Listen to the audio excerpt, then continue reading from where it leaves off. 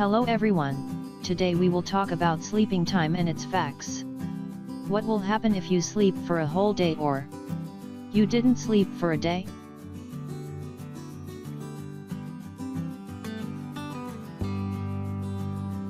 Then I tried the first fact, and tried to sleep for a day, but there is something happen in between which make me fail.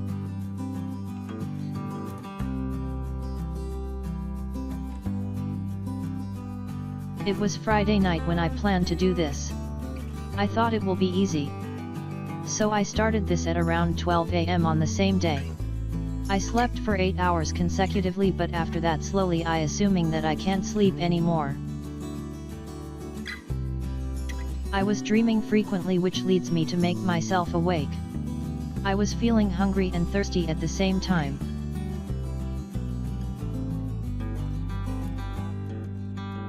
I got a headache and my mind was too disturbed.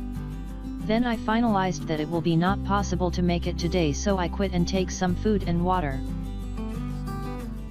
So after this I realized that sleeping for a whole is quite tough. Hardly few people can make it. This is the minimum sleep time that person with age group require to make his or her health in a proper way.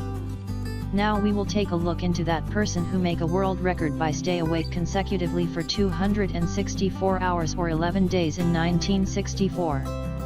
He is Randy Gardner. He made this record at the age of 17 years old. You all will might be thinking that what will happen if we stay awake for that while?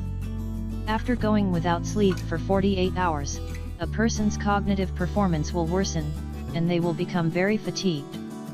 At this point, the brain will start entering brief periods of complete unconsciousness, also known as microsleep. This includes your judgment, memory, and hand-eye coordination skills are all suffering. It is believed that if you get no sleep for 32 days, then you can die due to sleep deprivation. So at last it's good to take rest or sleep at least for 6 hours a day.